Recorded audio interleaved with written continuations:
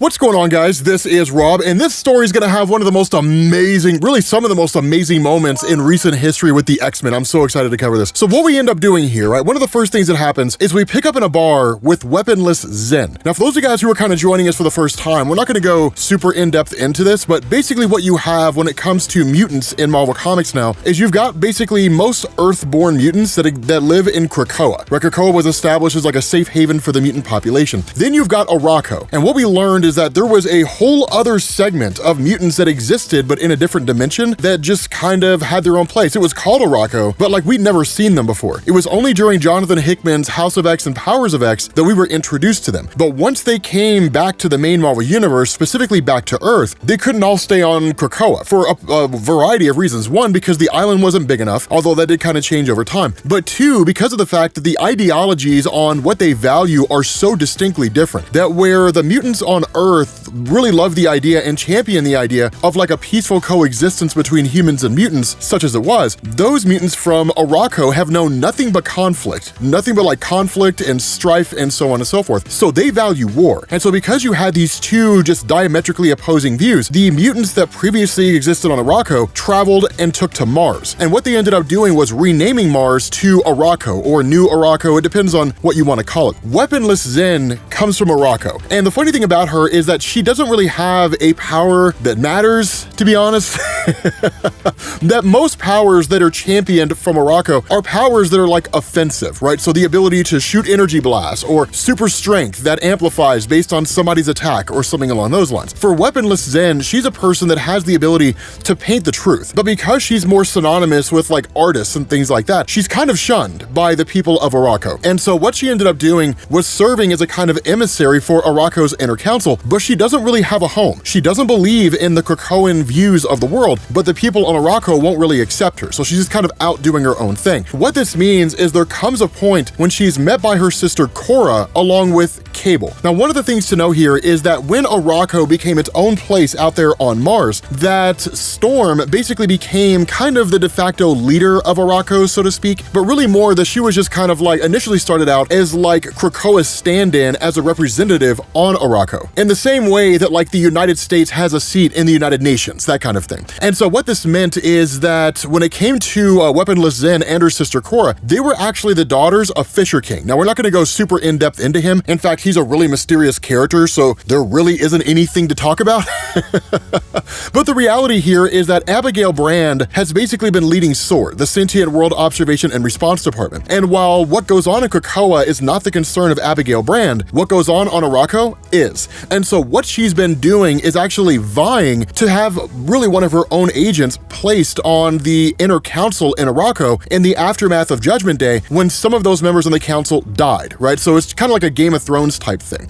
But for Cora herself, she has the ability to amplify the powers of others. But with Cable coming to the realization of what Abigail Brand's been trying to do, the entire nature of this mission that he kind of calls together where he brings in Weaponless Zen is to actually take down Abigail Brand and in fact go as far as to kill her. That's the idea. Now, there's a few reasons why this is the case. Ever since Abigail Brand has been introduced in Marvel Comics back during Joss Whedon's Astonishing X-Men, she's always been a very manipulative person. She'll be cool to you and she'll be nice, but with her right hand, she'll shake your hand and greet you, and with her left hand, she'll be preparing to stab you in the back. And so with Cable realizing this is the case, the best person to control SWORD is a person that's actually mutant friendly. So that's the idea, is to basically take her out. Now, the other story that's going on here actually switches us over to the Arakko diplomatic zone, where you basically have Paybok, who is a member of the Skrull Kree delegation, meaning at some point recently, the Skrull and the Kree stopped waging war against each other and they unified as a singular army, which basically scares the crap out of everybody because they're two of the most powerful forces in the world. And so you have the Shi'ar race, which is concerned about this because their fear is that this Skrull Kree alliance could actually topple the Shi'ar Empire and wipe it out, or at least take over its entire kingdom. So it's really just a fear of kingdoms being overthrown by other kingdoms. But one of the things that goes on here is you have Abigail Brand kind of watching all this, and she's getting ready to put one of her pieces in position. So that's kind of the cool thing here. But what goes on is Paybok actually tells a story. And what he says here is that at some time, or at least at some point in time, the Kree received word of a breach of the Pan-World's Arms Treaty, and that his people were allegedly conducting forbidden genetic weapons research at a secret facility codenamed Shapeless Ridge, and that the Kree command decided that a small force of stealth warriors could destroy the facility where a larger force might fail. fail. The experimental Kree super soldier Captain Glory led that force. He succeeded admirably,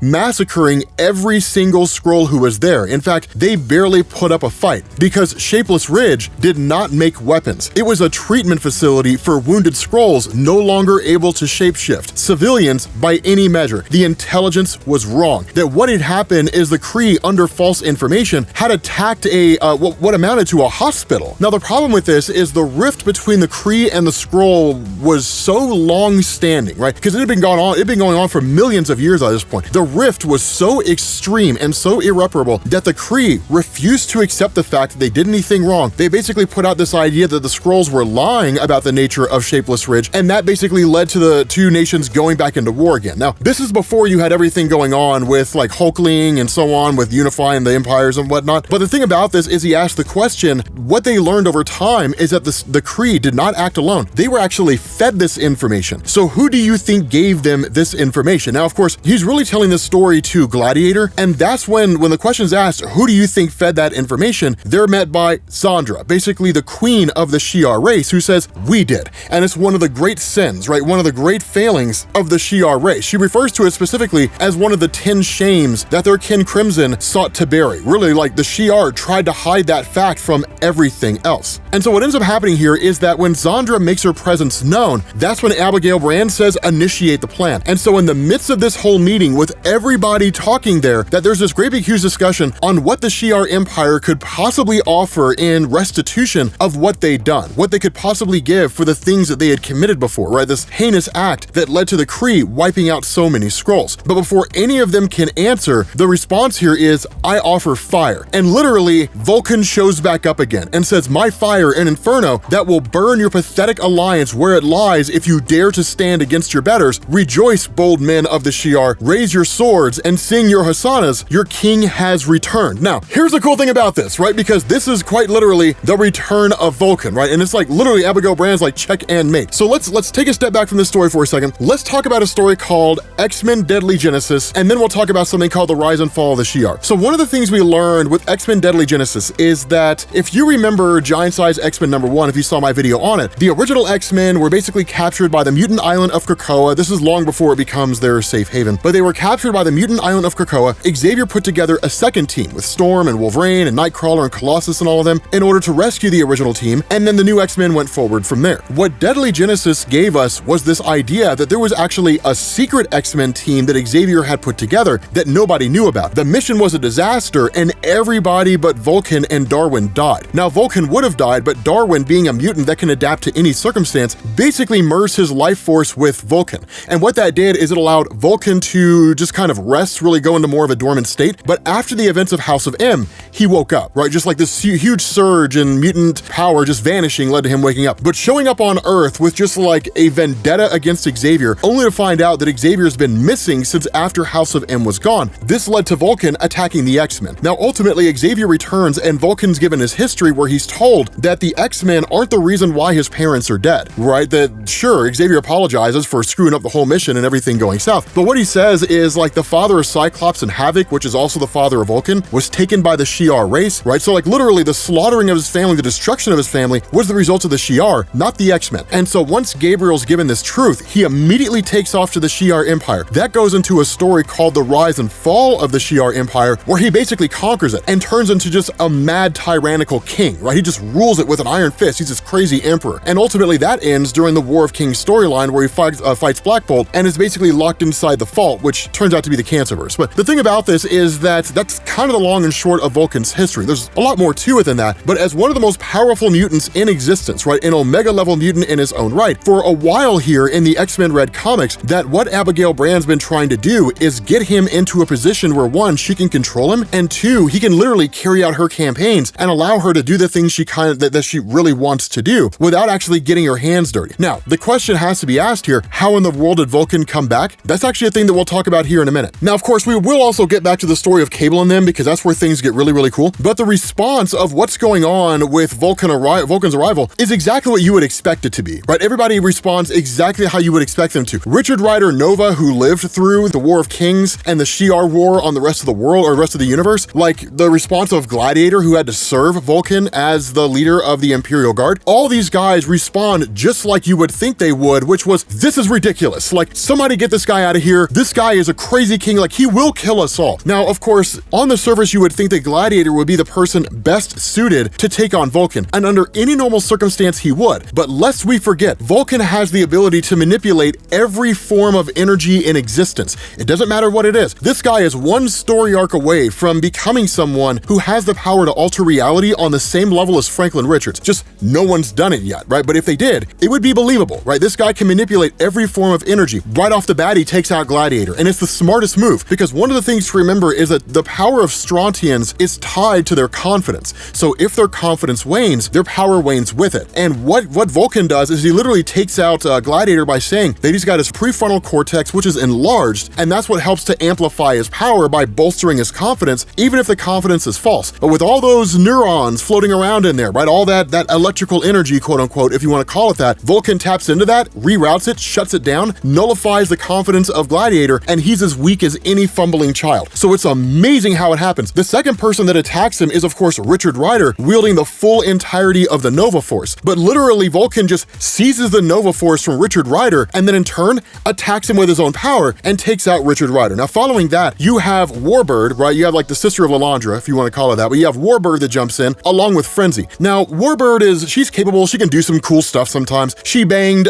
Gabriel, and like they have a kid who's just kind of shuffled off to some place where he's safe from everything. Frenzy's the cool one, right? Frenzy's really, really cool. She's like a female version of Luke Cage, but in fact, she goes all the way back to the old X-Factor comics with Bob Layton, Jackson Geese, and then Louise Simonson. It was cool because she is a powerhouse. But of course, one of the things about this is that while all this is going on, this is happening, Paybox destroyed right in front of Frenzy by Vulcan, because Frenzy, and this is one thing to understand, Frenzy's never seen this kind of thing before. I mean, she messed around with Apocalypse in the sense that like she was an agent of Apocalypse, that kind of stuff, and she's done some shady stuff. But watching a guy show up and by himself annihilate some of the most powerful beings in the universe, she's never really seen that. And that's why it absolutely terrifies her in a lot of ways. But Abigail Brand is watching all this unfold, and she's like, yep, this is kind of what needed to happen here, right? It's nuts to see it all happen. And so in probably one of the most genius bits of writing here, Vulcan realizes he can't destroy Frenzy's physical form because it's beyond his power, right? She's just exceedingly durable. She's got indestructible skin. But what he does realize is she has to breathe. So sure, fire won't burn her, but it will burn the oxygen around her. And that's literally what he does. He sets the air on fire around her head and burns out the oxygen, which basically doesn't kill her, but it does knock her out. Or at least I don't think it kills her. Maybe it does. Honestly, like Vulcan, he doesn't really care, man. He'll kill anybody. It doesn't really matter. But with everybody more or less defeated here, that what you end up having is him turning around and attacking Zandra, like trying to killing the queen of the Shi'ar race, right? The empress of the Shi'ar empire. And literally that's when you basically have Abigail Brand that's like, this is exactly what I wanted. Because if the queen of the Shi'ar empire is dead, this is much bigger than me having somebody on the throne of Arakko. Now I have a person that's in charge of an entire empire. The problem with this is that once the flames subside, Gabriel realizes it's not Zandra sitting on the throne of the Shi'ar empire. And in fact, it's the one person that even Gabriel himself would not be foolish enough to challenge. It's Robert DaCosta, also known as Sunspot. Now I know some of you guys are like, wait a minute. Why would Gabriel Summers not mess with that guy? I will explain. But before we do, we got to jump over and talk about Cable. So with Cable's mission underway, what he does is he gathers together some pretty cool mutants. I mean, they're not overly interesting, but the reality here is this is kind of a throwback to the old X-Force comics, right? Like Cable was introduced in, was it New Mutants issue number 89, I think it was, and then New Mutants became X-Force back in the early 1990s. This is basically that. What you end up having though is of course a different roster. So you basically got Eden, who has the ability to teleport basically anybody anywhere across the universe. You got John Proudstar, who's just really strong. I mean, he's okay. I mean, the guy died in like Uncanny X-Men number 96 back in the day. 2 issues into Chris Claremont's run, he got blown up by a plane, if that gives you any indication of how little that guy matters. Cora's cool because she can amplify everybody's powers. No idea why Weaponless Zen is here. You of course got Cable. Then you have WizKid. Now, WizKid is the coolest member of the group, and the reason why is because he can tap into virtually any form of technology and even organic matter to a degree, and he can reshape shape it and turn it into anything he wants to. So to anybody who's just flying around space and doesn't know that WizKid is in this ship would look like a transformer, right? It like turns from a ship into like a giant robot or something like that. But like WizKid can do all that stuff. He's basically an anime character. Like for those of you guys who like anime, imagine that you could basically make like giant, what is it, Jaeger, I think is what they call them. You could just make those out of anything, and like that's what this guy can do. He's like an anime character in comic books. It's just really awesome. But of course, the focal point of this mission, the main idea behind this, is that there comes a point when Eden kind of asks the question, okay, so like what in the world's going on here? The response to Cable is simple. He says, might as well bring everybody up to speed. Recently, Abigail Brand triggered the resurrection protocols, meaning she died. But a resurrection via Cerebro only goes back so far, right? So she died and she was brought back on Krakoa, and of course, her memories being returned to her was only for so long. So one of the first things she did when she came out of basically resurrection is she started checking her files to see what she was missing. But at the same time,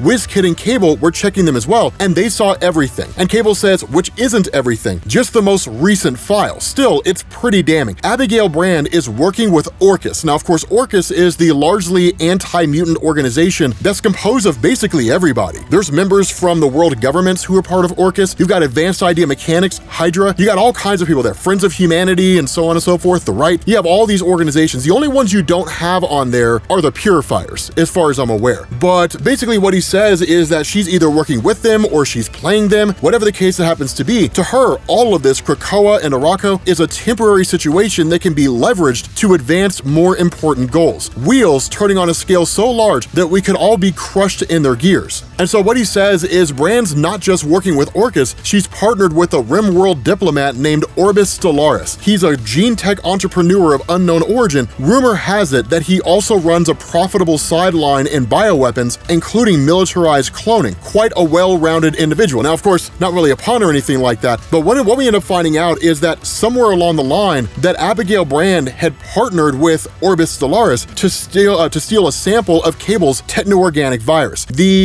Basically the machine component that you see with him that allows him to tap into like machinery and different things like that. One of the things that he mentions, and in fact it's a really, really cool idea, when Cable was basically brought back to life when he was resurrected, they considered getting rid of his techno-organic virus because he has to channel his telekinesis to keep the machinery from eating his body alive, and so that really kind of cuts his powers in half. But what he does is he gives a sample of his virus to Eden and says, you can trace anything in the universe because you literally talk to the universe. You've got cosmic awareness. And he says, so there's only 2 samples of my techno-organic virus. This one that I just gave you and the one that was stolen. Take us to the one that was stolen. And so they basically teleport him to what's basically the world farm, right? This place that kind of exists out on the fringes of space. Now, here's a funny thing about this is that what starts happening is Cable starts talking about the progenitors. He says that the world farm is the home of the progenitors. Here's the issue about this. These guys basically kind of made their debut in the old Royals comic from 2017 by Al Ewing. We don't really know a whole lot about them. All we know is that they were the ones who created the Kree race. But outside of that, we don't really have any information. And in fact, as far as I'm aware, Al Ewing has not really offered any information to establish where the progenitors exist in relation to the Celestials. Because one of the things that you guys will notice if you're reading Marvel Comics right now, specifically Al Ewing, the entire history as we know it in terms of how these different races came into existence and all that kind of stuff has all just been blown to pieces. It's all just been annihilated. In Jonathan Hickman's Avengers: The New Avengers, he established that the Builders were responsible for creating all life across the universe. But then you go into Al Ewing's Ultimates after the events of Secret Wars is over, at least Secret Wars 2015, and it's like, well, the Celestials created everything, right? They're the ones that are in charge of all things in existence. Builders don't really have a part in that. They're just a really old race that exists out there. So it's one of those things where now Al Ewing's kind of going back and cleaning all this stuff up, in terms of the Marvel continuity and even the Marvel cosmic hierarchy. Now, I think a lot of that's being done because of the MCU in order to allow the average moviegoer to see what's in the MCU and then to translate that to the comic books. It makes good sense if you're trying to build up, trying to make money in that way. But again, it's all just kind of cleanup duty. So in terms of like the origins of everything in existence in the Marvel universe, it's all in a state of flux. So if anybody comes along and they say this is definitively how things happen, they don't know what they're talking about because all that's being changed at the moment.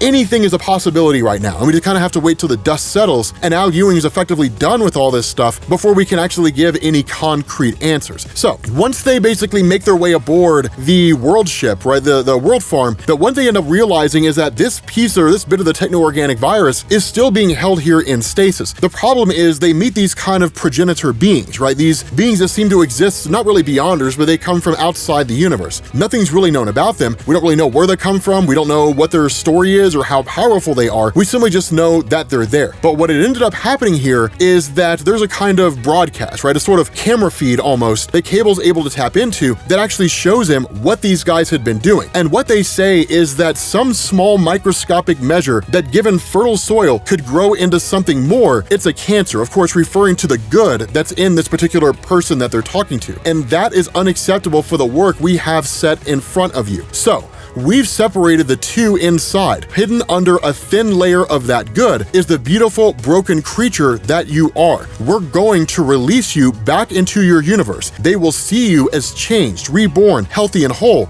but that is just a shell. Buried underneath, buried alive in a shallow grave is the real you. And they're talking about Vulcan, right? So this is why these two stories intersect, and this is why we wanted to cover it, why I wanted to cover this before we got to the rest of what was going on. So when it came to Vulcan, right, the thing to understand about his character, when it came to Vulcan, yes, after the events of War of Kings, Vulcan was basically gone. We hadn't seen hide nor hair of that guy, and by all standards of measurement, he was dead. And then you go into Jonathan Hickman's X-Men, and he's just suddenly back. And we didn't really know how he got back. We just knew that he was there. What this does is it establishes that when Vulcan had returned in the X-Men comics and he was suddenly a good guy, whereas previously he was just a crazy nut job that had essentially lost his mind and become drunk with power, where we didn't know how that whole thing was bridged. This answers that question, that it's all manipulation. Vulcan is still very much just the crazy mad king, but the illusion of him being a good guy was put there in order to allow him to be brought back into the X-Men, in order to convince the X-Men that he would actually be a good guy and he could benefit the rest of humanity. And so what ends up happening here, of course, coming to this realization that in the midst of all this, a giant guy with a golden head just descends down and starts attacking everybody. And so in the face of this assault, of course, Cable and his guys do what they can where they can, and for the most part, they're able to overcome this guy, right? The body comes crashing down and the golden head just kind of rolls and then crashes into a wall. But the being inside the golden head, right, Orbis Stellaris, ends up activating the other three progenitors, right? Those three beings who were out there. And when they activate, they immediately start going on the attack. Now, the funny thing about this is despite doing that, they don't really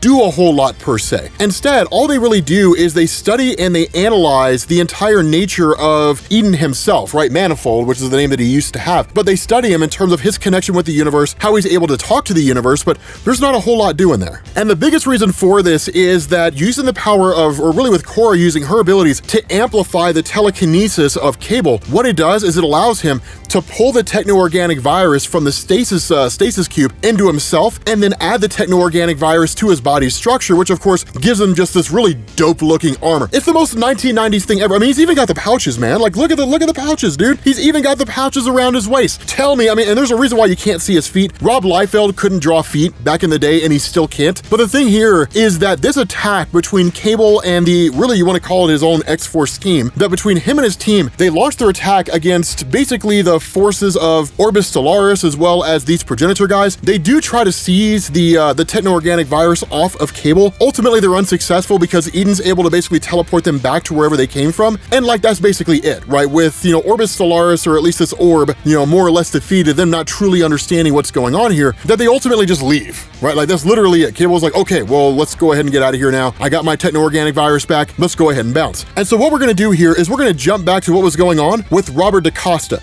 Now, here's the thing, and here's the reason why I say that Vulcan is smart enough not to mess with Robert DaCosta. So one of the things that happens here is that with all this fire and all this stuff around here, that Vulcan threatens to use the very fire around Robert DaCosta against him. But remember, Robert DaCosta is living fire. He's living, burning plasma. And that's the thing, is he says, I don't draw my energy from the sun. I can draw my energy from anything with thermal energy. So how about I just draw all the energy out of you? Right? I can just bleed you dry like a vampire, take every ounce of energy out of you, and leave you as a dead husk, right? That's why Gabriel will not screw with Robert DaCosta, because Robert could kill him. Because no matter how hot hot the fire is that Vulcan uses, it'll never injure Robert DaCosta. And so he ultimately just leaves, right? He literally just takes off. Now he ends up traveling to what is basically the Autumn place where the Brotherhood of Mutants under Magneto would meet and talk and all that kind of stuff, at least as far as Arakko went. But when he gets there, his idea is that this is where Zandra is hiding out. This is where Zandra's staying at the moment, right? She's basically kind of off location, hiding out here until the whole thing's done, and then they come and get her. What's actually going on when he arrives here is he's met by Storm. Now here's the thing, right? Storm is another Omega level mutant, and this is where things get a little bit murky, and it's actually where power fluctuations come into play. So Vulcan does get into a fight with Storm, right? He gets into a fight with Storm, and he is able to hold his own against Storm, and in fact, Storm's able to hold her own against his, and she goes as far as to say, like, we are equally matched in power. Now,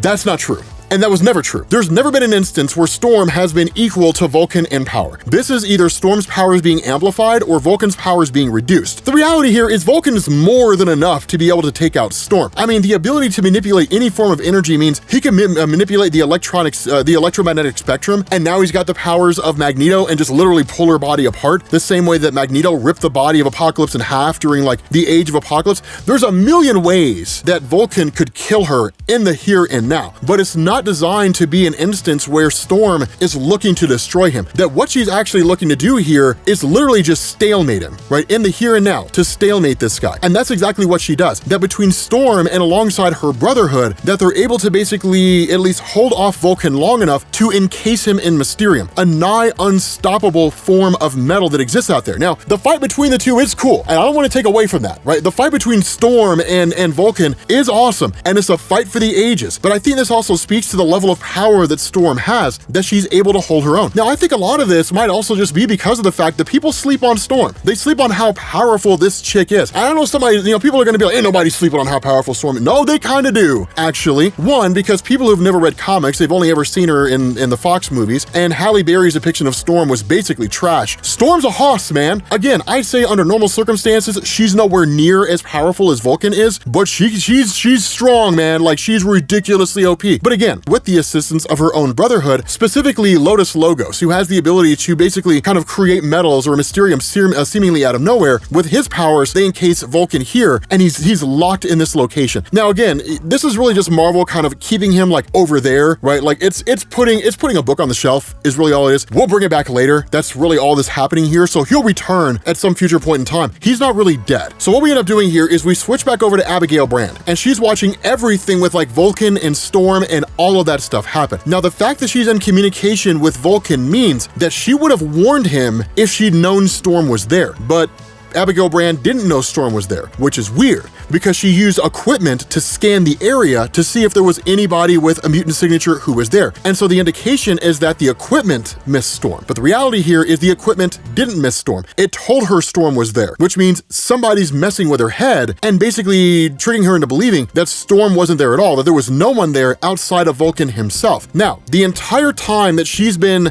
communicating telepathically with Vulcan and all those guys has been done by way of Mentalo, or Mentalo, if you want to call him that, but he's basically a low-level telepath. And so where he's not powerful enough to mess with her head, because she literally says, I've been through almost every form of psychic training that a person could possibly imagine. I've been through the Xavier Red Triangle protocol, so like Xavier himself has trained me on how to shield my mind. And so she says the only way a person could mess with my head is if I was unaware of the fact that they were doing that, and they were a person who was a sufficiently powerful telepath, somebody on the same level as Professor Xavier. And so that's when Mentalo chimes up and says, well, I hear Zandra's pretty powerful, but the response of Abigail Brand is not powerful enough to get to me without me knowing, unless she was right up close in this room. And I've got my red triangle going right now. If she was that close, I'd see her, unless she used a relay, a fellow telepath, to carry her signal. And that's when she puts two and two together and realizes that it's actually Zandra using the power of Mentalo to influence Abigail Brand. Not only that, she starts to realize that the reason why, or at least the person kind of manipulating this all on a larger level is actually Sunspot himself, Robert DaCosta. He's got the means, the resources, the money, that kind of thing, but he has the ability to bring the right people together to make this all happen in the first place. And so quite literally, it's a multifaceted attempt by Robert DaCosta to actually remove Abigail Brand as director of SWORD, because the entirety of the mutant population sees her as a credible threat to the mutant population.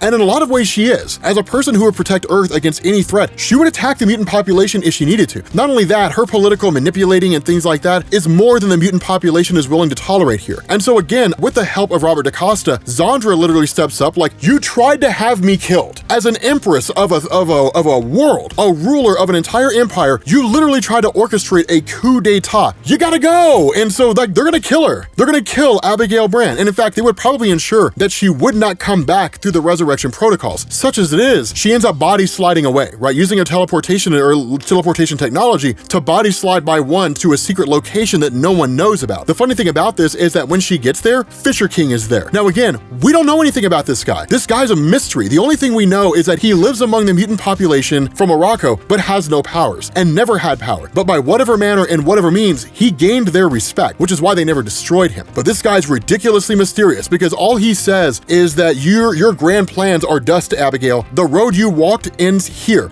You are enemy of Arakko, and for our enemies, there is only destruction. Destruction is all that you are, and at the end of that road is what comes next. So we have no clue what's gonna happen to Abigail Brand, but she's basically out of the picture. Mutants are now in charge of the Sentient World Observation and Response Department. If you guys are kind of putting the pieces together here, mutants are seizing control of every form of intelligence around the world. So with that being said, guys, we're gonna bring this video to an end. Thank you all for watching, and I will catch you all later. Peace.